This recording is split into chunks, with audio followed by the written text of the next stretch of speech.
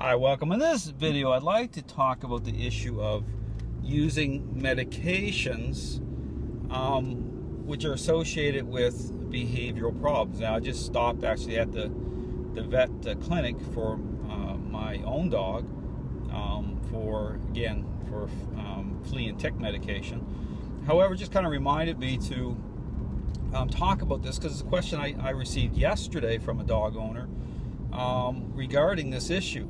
He actually had his dog on medication for behavior problems related to a relationship issue. And again, this is really important to understand because, this is the thing about, when you start to understand this issue with how a dog's mind works, their needs, their relational needs, and the physiological reaction, from stress that comes onto a dog when the owner is not in the right relationship.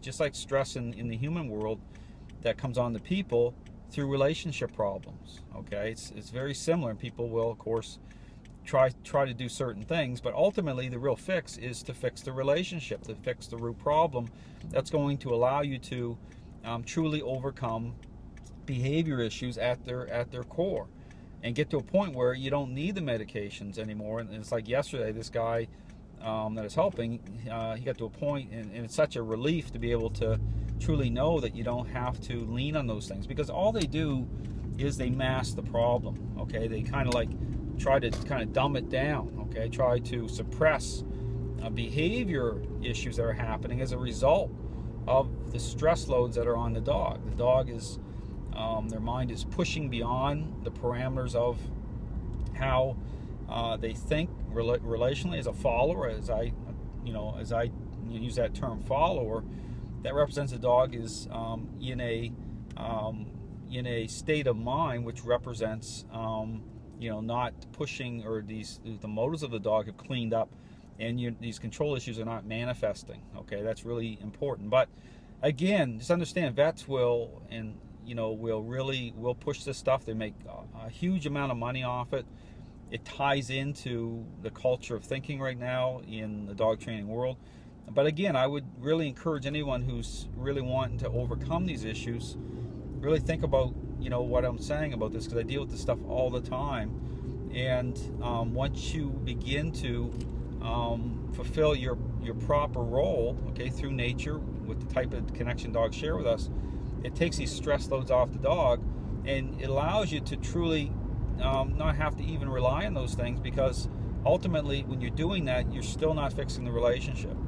You're kind of trying to skate by and still get from the relationship what you want, through your emotional needs, but the dog truly is not happy. The dog has these stress loads. And even the term happiness, when dogs look a certain way and they look happy and their tail's wagging and the person's petting all over the dog and everything, and the dog has these control issues, that's the point. The dogs will like being in control.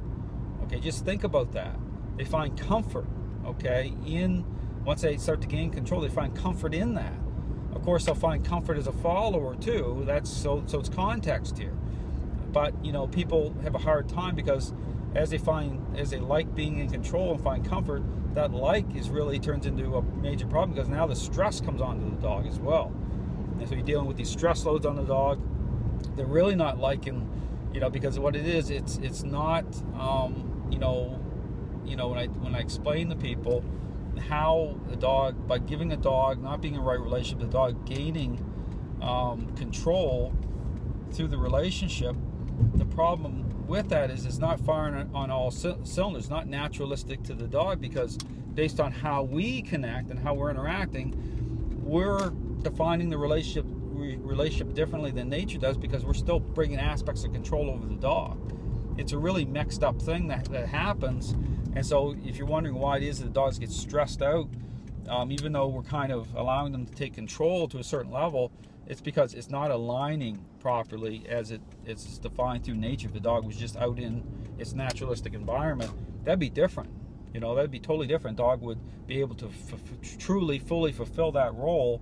But where the dogs in our world that can't happen. So anyway, I don't want to jump off too much. It's kind of going down into another kind of rabbit trail, because it is all connected. Okay, all this stuff, when I talk about one thing, leads into something else and leads into something else. But getting back to this issue about medication, just understand that getting rid of medications is really understanding about what right relationship means. Understanding that once you begin to reconcile how you're thinking, and the methodology again is important because it's specific to change. So I'll talk about these things, about certain concepts, but again, just understand, I'd encourage you to check out the method that I use.